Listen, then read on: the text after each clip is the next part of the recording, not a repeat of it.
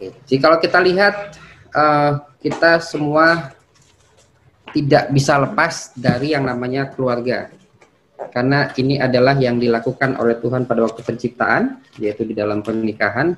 Tidak ada satu orang pun di dunia ini yang tidak memiliki keluarga.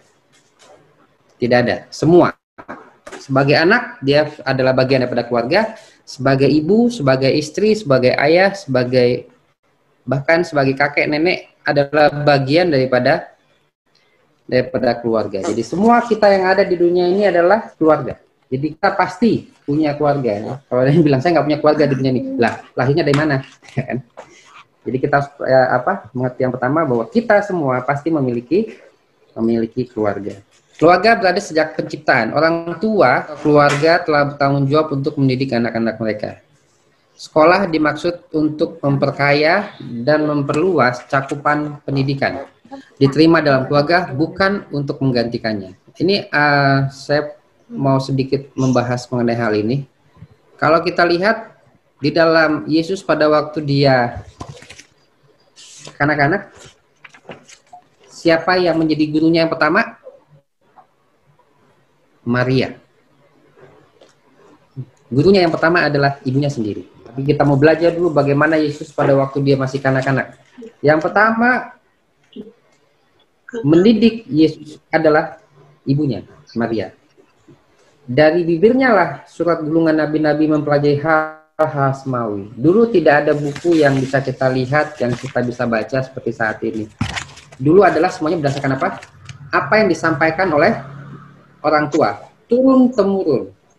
Artinya, Maria memiliki kebenaran yang sudah dia miliki di dalam perilakunya dia, di dalam tabiatnya dia, di dalam pola pikirnya dia. Kalau sekarang kita bisa menjadi sangat pintar dengan membaca, tapi bisa menjadi sangat tidak relevan apa yang kita baca dan apa yang kita lakukan. Maria bisa menjadi guru yang baik, dan begitu juga dengan Yusuf sang ayah, karena mereka memiliki kebenaran tersebut di dalam diri mereka. Makanya dia bisa mengajarkan kepada bayi Yesus mengenai kebenaran dan bagaimana dia bisa berada di dalam kebenaran tersebut. Itu yang pertama. Artinya, apakah semua ibu bisa menjadi seorang Maria? Bisa iya, bisa tidak. Apakah seorang ayah bisa menjadi seorang Yusuf? Bisa iya, bisa tidak. Tergantung orang tersebut. Orang tua Kristen hanya menyadari tanggung jawab mereka. Mereka harus melakukan segala daya untuk mendukung perkembangan spiritual, moral, dan intelektual anak-anak mereka. Jadi semua disebutkan bahwa manusia seutuhnya itu adalah yang terdiri dari tadi, spiritual, moral, dan intelektual. Pendidikan dalam keluarga yang pertama, keluarga Yesus dan keluarga hari ini. Kitalah keluarga hari ini. Nanti kita akan pelajari. Bagaimana cara mendidik? Yang pertama berkomunikasi dan juga pengaturan. Oke, itu akan kita pelajari. Yang pertama kita pelajari keluarga yang pertama. Aku akan mengadakan permusuhan antara engkau dan perempuan ini di dalam Kejadian 3 ayat 15, dan keturunanmu dan keturunannya akan meremukan kepalamu, engkau akan meremukan tumitnya. Adam dan Hawa adalah anak-anak Tuhan. Tuhan mengajar mereka dan para malaikat mendukung pendidikan mereka. Ketika dosa memasuki dunia, topik baru ditambahkan, rencana penebusan. Sebelumnya tidak ada, karena memang tidak ada dosa. Adam dan Hawa menjadi guru pertama saat Kain lahir. Unit keluarga menjadi jantung pendidikan manusia. Saat ini anak-anak belajar tentang ajaran dan nilai-nilai Kristen dalam keluarga. Mereka belajar tentang mengasihi Tuhan dan menerima Yesus sebagai juru selamat dan sahabat mereka.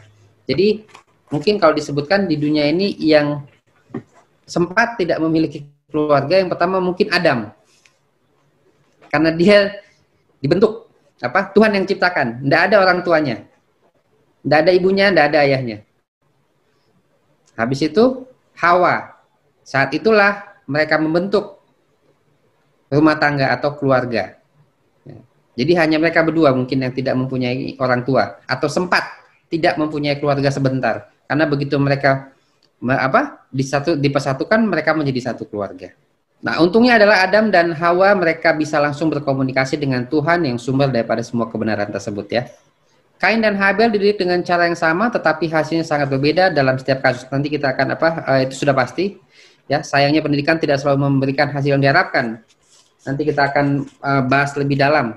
Kain dan Habel, kita sebagai orang tua biasanya kita bilang, saya akan sama terhadap kedua anak saya, karena saya punya 2 anak.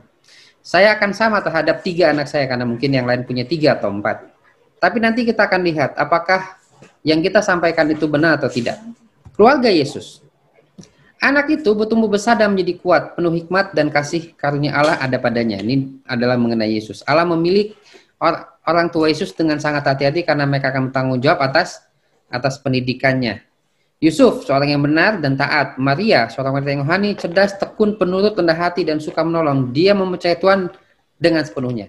Tadi saya sempat katakan, apakah semua ibu atau semua wanita secara otomatis akan menjadi Maria? Jawabannya tidak, tetapi apakah bisa? Bisa. Apakah seorang ayah atau laki-laki akan menjadi Yusuf secara otomatis? Tidak. Tetapi apakah bisa? Bisa. Bagaimana caranya?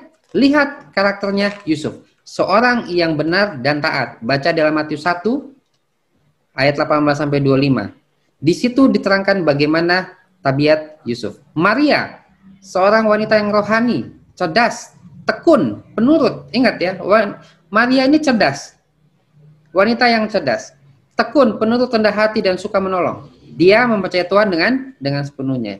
Jadi kepada pria dan wanita, ibu dan ayah, kita bisa menjadi Yusuf dan Maria buat anak-anak kita.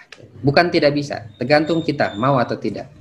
Keduanya orang yang tulus. Mereka tahu bagaimana mendidik anak-anak mereka dalam kasih dan ketaatan kepada Tuhan.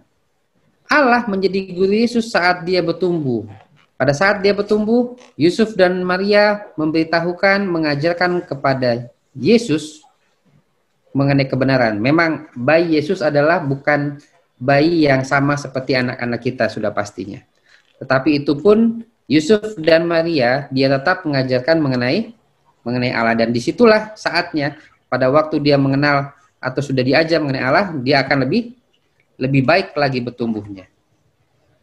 Yesus belajar bagaimana pelajaran dari Tuhan yang bahkan tidak dapat dimengerti oleh orang tua duniawinya. Lukas 2 ayat 41 dan 52. Salah satu ayat hafalan saya adalah Lukas 2 ayat 52. Dan Yesus makin bertambah besarnya dan hikmatnya dan makin dikasihi oleh Tuhan Allah dan manusia. Dia tumbuh sempurna, dikasihi oleh Allahnya dan dikasihi oleh manusia. Dia tumbuh menjadi orang yang sempurna. Keluarga hari ini dan kamu bapak-bapak, janganlah bangkitkan amarah di dalam hati anak-anakmu, tetapi didiklah mereka dalam ajaran dan nasihat Tuhan. Ayah adalah kepala keluarga, bertanggung jawab mewakili karakter Kristus di rumah. Baik, itu bukan hal yang mudah. Karena di dalam pelajaran kita dikatakan ayah sebagai kepala keluarga, dan keluarga adalah ruang anak-anak dari gereja, sekolah, dan masyarakat.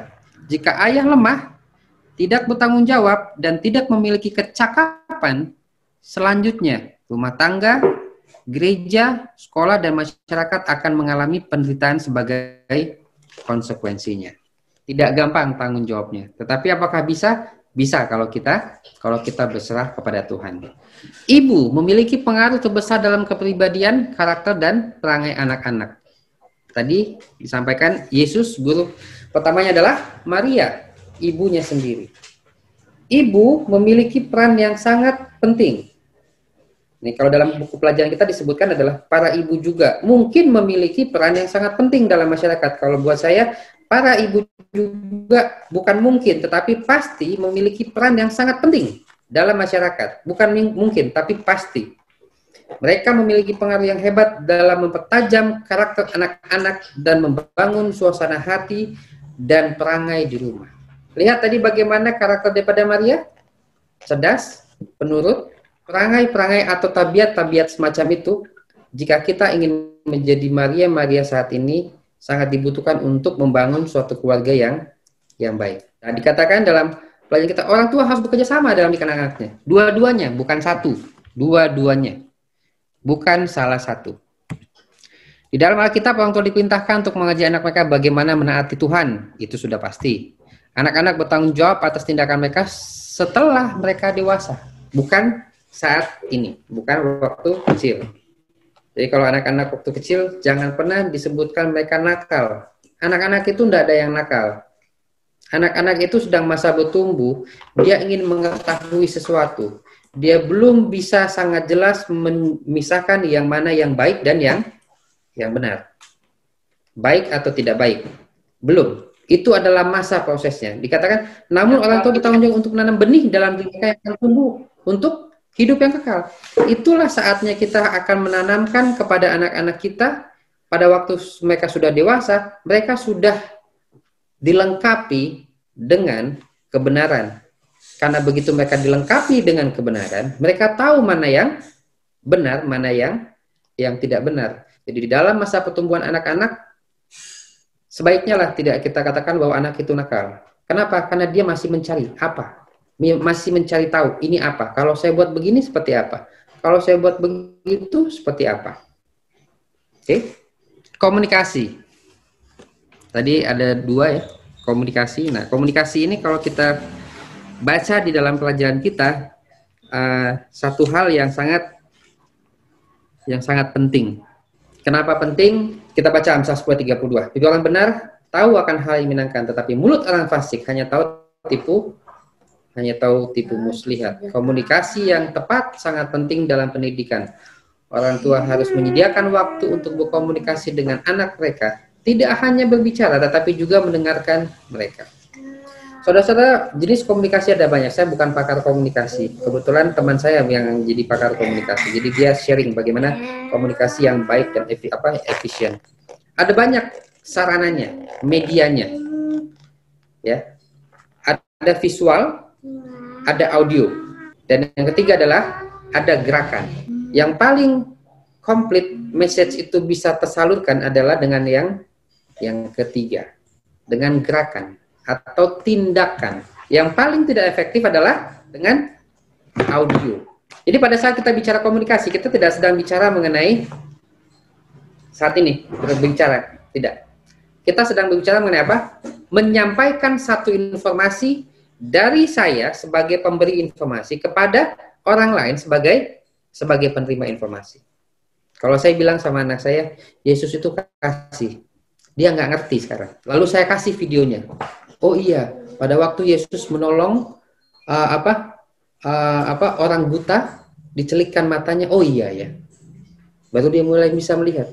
Tetapi kalau saya bilang Yesus itu kasih, nah di sana ada peminta-minta, kamu kasih makanan ini kepada dia, itu akan sangat melekat. Saya memberikan ini kepada orang tersebut karena Yesus mengasihi saya. Itu komunikasi. Jadi tidak hanya berbicara. Komunikasi juga harus melibatkan sisi emosional. Orang tua harus menunjukkan kasih sayang dalam setiap tindakan. Yang tadi saya sampaikan, tindakan. Kita harus selalu meminta hikmat Tuhan tentang bagaimana menanamkan nilai-nilai Kristen dengan benar di hati anak-anak kita dengan menggunakan kata-kata dan teladan. Yusuf menjadi teladan mengenai kebenaran Tuhan di dalam keluarga. Itu bagian daripada komunikasi. Para orang tua dan guru-guru berada di dalam bahaya terlalu banyak memerintah dan mendikte. Sementara mereka sendiri gagal di dalam membina hubungan yang memuaskan dengan anak-anak atau murid-murid mereka. Banyak yang gagal karena terlalu banyak apa?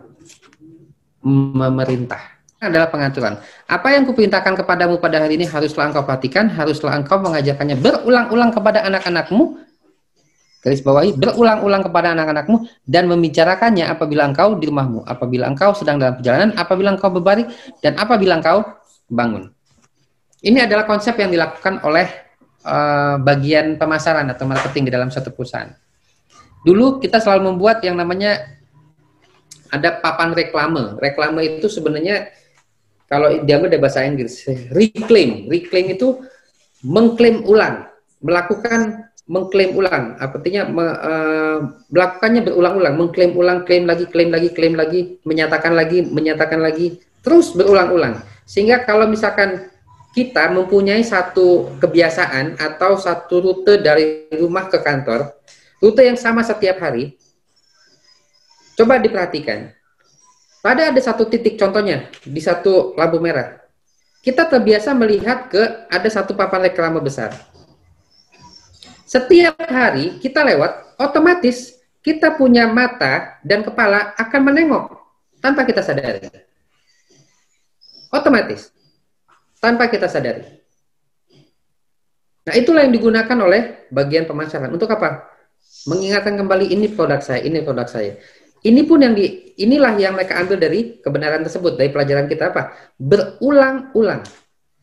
Fungsinya apa? Untuk seperti tadi, secara otomatis, tanpa kita sadari, pada waktu kita melewati daerah tersebut, kita akan menengokkan kepala kita, melihat papan tersebut. Kalau hal yang sama kita ajarkan kepada anak kita, secara otomatis, anak-anak akan bilang, renungan pagi Bapak, renungan pagi malam, Mama, dia secara otomatis. Inilah metode pendidikan yang Tuhan ajarkan kepada kita. Berulang-ulang. Kita harus mengatur jadwal kita sedemikian rupa sehingga selalu ada waktu untuk mendidik anak kita. Penting untuk menetapkan waktu tertentu untuk membagikan hikmat dan janji Tuhan kepada anak-anak kita. Berdoa bersama dan jadwalkan waktu ibadah keluarga pagi dan atau malam. Ceritakan kepada anak-anak sebuah cerita Alkitab sebelum mereka tidur. Bukan dongeng yang lain, tapi cerita Alkitab. Ini yang diminta untuk dilakukan berkali-kali. Didiklah orang muda menurut jalan yang patut baginya, maka pada masa tuanya ia tidak akan menyimpang dari jalan itu. Kenapa? Karena seperti tadi yang saya sampaikan, sudah otomatis, sudah terbiasa. Itu yang kita sampaikan, itu yang kita nyatakan sebagai tabiat. Tanpa kita sadari kita akan melakukan hal tersebut. Tanpa kita sadari kita melakukan kebenaran yang Tuhan berikan kepada kita. Ini dan kita boleh membuka ruang untuk berdiskusi, baik bertanya ataupun memberikan tambahan. Kami persilakan. Apa yang membuat Yesus menjadi murid teladan? Apa yang membuat Yesus menjadi murid teladan? Ya, kira-kira apa? Supaya ada pelajaran yang bisa kita terapkan dalam kehidupan kita sehari-hari. Baik. Apa kira-kira yang membuat dia begitu? Ya, saudara-saudara silakan memberikan tanggapannya. Pertanyaan Pendeta Simanjuntak itu bukan ditujukan kepada saya, tapi kepada kita semua. Begitu kan, Pendeta ya? Iya, itu. Untuk kita semua.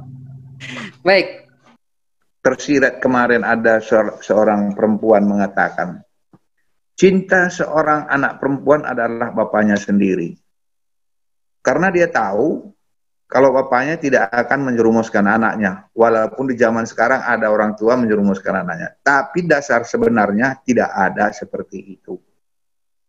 Jadi Tuhan Yesus melakukan apa yang tepat dan benar selalu yang dikatakan oleh Tuhan Allah kita. Dan orang tuanya sendiri. Demikian, singkat saja. Baik, saudara-saudara sekalian, supaya kalau kita baca catatan pelajaran sepanjang minggu ini, ya, mengapa dia menjadi murid teladan ialah dia memiliki rasa ingin tahu. Itu salah satu. Kemudian dia lapar pengetahuan tentang Allah. Dan ketiga, dia pendengar yang penuh perhatian. Jadi itu menunjukkan bahwa dia adalah murid yang aktif, bukan pasif. Kalaupun perlu, kadang-kadang dia memberikan jawaban. Jadi dia aktif. Jadi makanya kalau ada anak-anak memberikan pertanyaan, jangan langsung dekat. Jawab dengan baik, karena dia perlu itu. Karena itulah sistem komunikasi yang bagus. Aktif. Dan biasanya, siswa yang terbaik akan menjadi guru yang terbaik. Jadi itu ada urutannya. Jadi saudara-saudara sekalian, apa yang dikatakan Pak Panjaitan tadi, sudah Pak Baru dengan Pak Baru dengan Pak Panjaitan, memang itu benar, harus kita menurut. Tapi karena dia dirasakan dengan rasa ingin tahunya. Jadi itulah perlunya, apa sih yang dikatakan dalam pelajaran yang lain, jangan lupa. Jangan lupa ceritakan kebaikan Tuhan kepada mereka. peristiwa-peristiwa. Makanya waktu bangsa Israel keluar dari Mesir, selalu Musa ulang-ulangi kebaikan, keajaiban yang diberikan Tuhan kepada mereka. Jadi kalau cerita ini kita ulang-ulang di keluarga, di anak-anak, wah, dia rasa ingin tahunya ada, akan muncul. Jangan lupa mempertanyakan. Lalu ceritakan dengan baik, dengan lemah lembut, dengan kasih sayang. Kata penjahatan tadi, jangan mendikte, jangan suka-suka kita. Jangan marah-marah. Karena mendikte itu memaksakan. Biasanya orang marah-marah karena dia tersinggung, nggak tahu sebenarnya dia. Makanya anak-anak sekarang yang ngertilah orang tua kalau memang orang tua itu begitu. Karena tidak mengerti. Jadi ketika anak itu masih muda, sentuhan kasih sayang simpati itu gampang mereka apa? Mereka terima. Itulah yang dilakukan oleh Maria dan Yusuf. Sentuhannya diceritakan. Baik-baik bagaimana caranya, ceritakan terus. Berulang-ulang sekali. Jadi memang ini sangat perlu diperhatikan. Ya. Jadi karena kita cerita dengan baik, simpati dengan dia, maka itu akan menimbulkan rasa ingin tahunya murid itu. Nah, kemudian dia akan bertanya, oh kenapa begitu Pak? Bagaimana begitu Opung? Bagaimana begitu Kakak? Bagaimana begitu? Dia akan banyak pertanyaan nanti.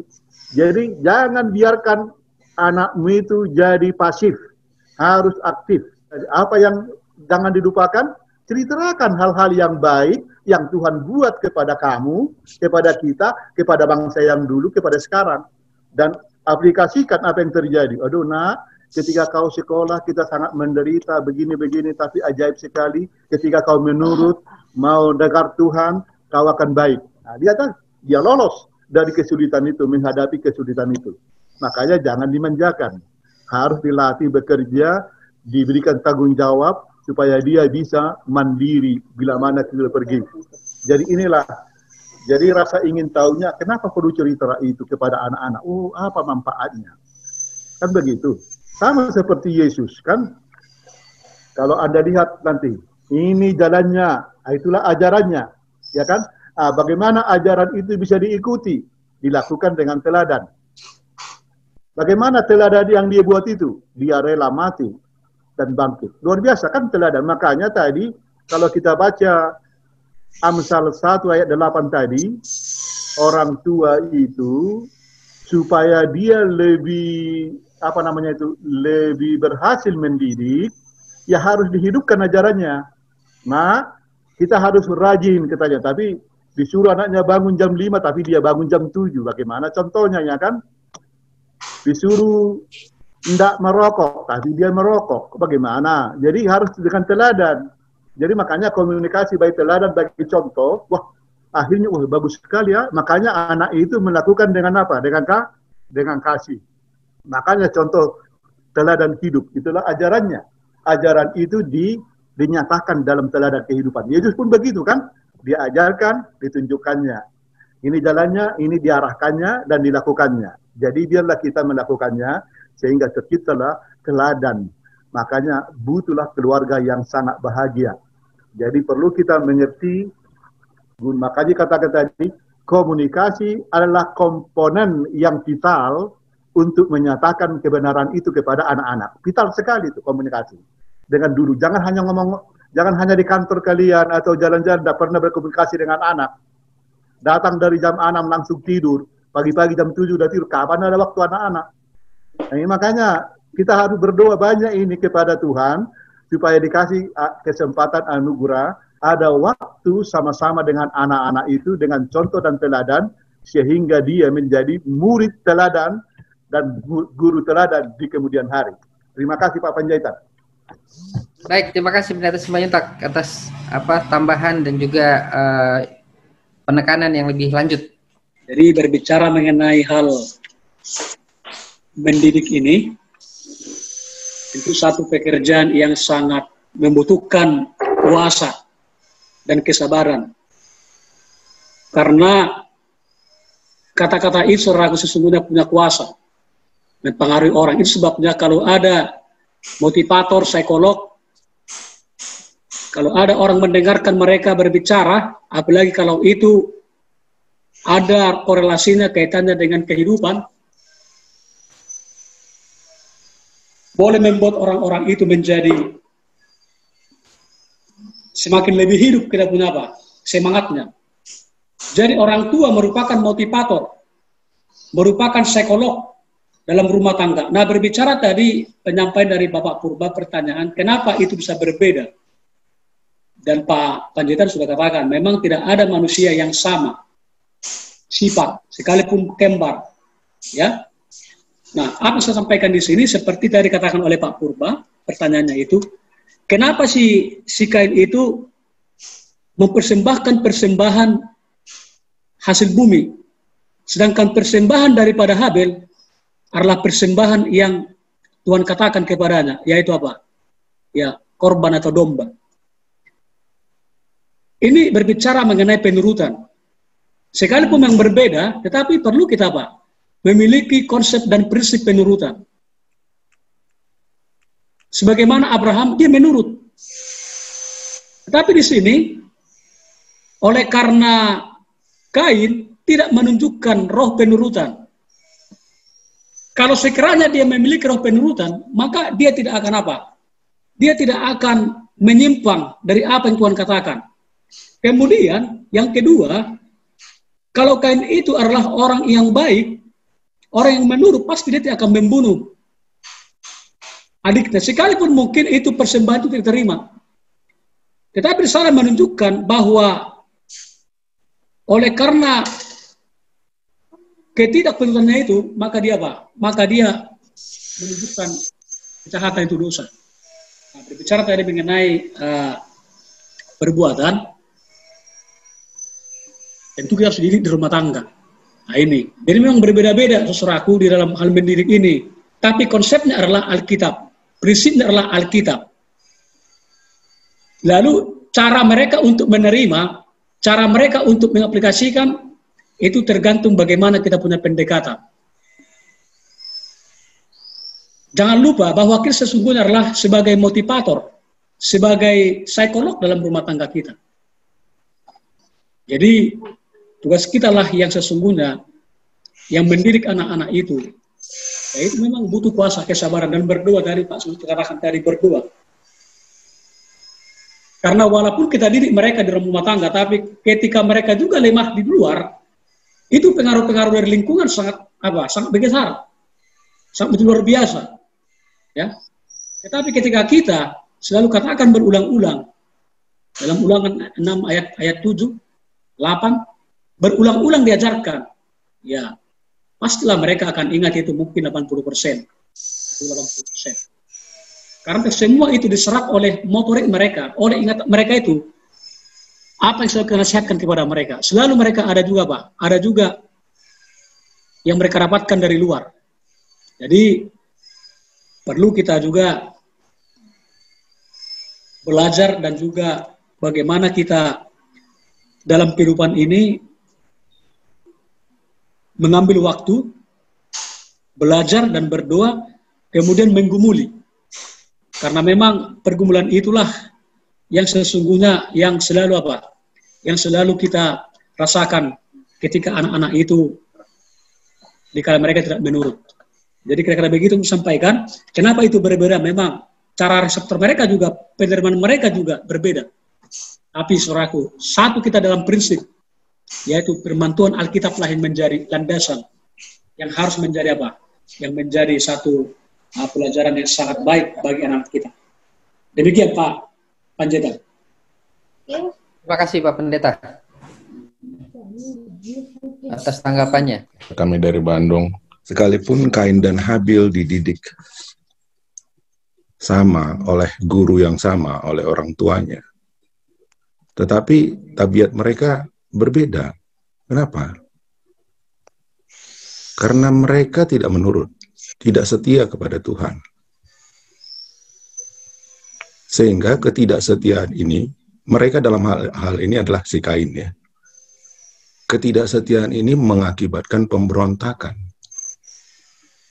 Jadi pemikiran logisnya si Kain, kalau menurut saya, berdasarkan buku para nabi dan bapak ini, dia menggunakan akal logikanya. Saya kan bekerja sebagai seorang petani, ya hasil tani saya lah, gitu ya. Dia menggunakan akal logisnya. Sementara yang diinginkan oleh Allah adalah penurutan. Hati-hati dengan orang-orang yang menggunakan atau kita yang menggunakan akal logis kita ketika ini berhubungan dengan penyembahan kepada Allah. Ini berbahaya. Di bagian ini juga disebutkan begini. Habil membawa satu korban dari antara kawanan dombanya sesuai dengan petunjuk Tuhan. Sesuai dengan petunjuk Tuhan. Ini kita garis bawahi, petunjuk. Itu sebabnya tadi di Ulangan 6 ayat 6 dan 7, itu sebenarnya petunjuk. Hendaklah engkau mengajarinya, berulang-ulang. Di rumah, di luar, ketika engkau berjalan, artinya di rumah, di luar rumah, pada saat engkau bangun, pada saat tidur. Bayangkan, pada saat tidur, supaya itu melekat pada orang-orang muda, kepada kita.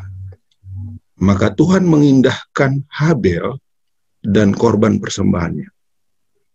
Karena apa? Sebenarnya simpel saja kok, menurut saja, gitu loh. Ya. Lalu tadi pertanyaan, apa sih rahasianya kenapa Yesus menjadi murid yang baik? Seorang murid yang baik, ketika dia menjadi murid yang baik. Lalu ada tadi dikatakan, seorang murid yang baik pasti menjadi guru yang baik. Kan gitu. Apa rahasianya? Kalau kita lihat berarti dia menurut kepada bapaknya. Kenapa dia menurut? Karena dia berhubungan terus dengan bapaknya. Dan bahkan ketika dia diuji dari segala hal, dalam keadaan sangat lemah pun, dia menang. Karena dia berhubungan terus dengan bapaknya. Berhubungan terus kembali, kita ambil dalam Ulangan 6, ayat 6 dan 7 tadi. Mungkin itu yang bisa saya tambahkan. Terima kasih banyak. Baik, terima kasih Pak Pangaribuan. Jadi, ya, pelajarannya cukup sangat baik ya kalau buat kita. Bahwa di dalam keluarga itu penyebabnya tadi sudah disampaikan, juga ada kutipan-kutipan dari buku para nabi dan bapa. Berbeda. Tabiat setiap orang itu berbeda. Dan kalau saya baca tadi di awal di atas bahwa Kain dia mempersilahkan atau mengizinkan roh pemberontakan itu tumbuh di dalam dirinya. Ini yang kita nggak tahu. Jadi makanya sebagai orang tua kita punya satu message yang satu peran yang sangat penting, mengetahui kepribadian dari anak-anak kita supaya kita tahu. Itulah yang komunikasi tadi, kedekatan tadi. Itulah saatnya juga kita mendapatkan feedback, bukan hanya mendikte tetapi mendengarkan. Karena dari mendengarkan, mereka menyatakan apa yang ada dalam pikiran mereka. Kita tahu siapa anak kita. Baik saudara-saudara, terima kasih atas diskusi yang baik. Saya akan baca dari hari Jumat, alinea kedua, kalimat kedua. Dalam mendidik anak-anak mereka memiliki tanggung jawab bersama. Ini ditujukan kepada ayah dan ibu. Dan haruslah menjadi usaha mereka yang tetap untuk bertindak bersama-sama. Pelajaran kita menyatakan, bukan saya menyatakan ya, pelajaran kita menyatakan dalam keluarga orang tua memiliki peranan yang penting dan hendaklah berjalan bersama-sama. Semoga Tuhan memberkati kita semua dan kita bisa mendapatkan pelajaran yang indah. Terima kasih dan Tuhan berkati. Kami kembalikan ke Ketua Heri.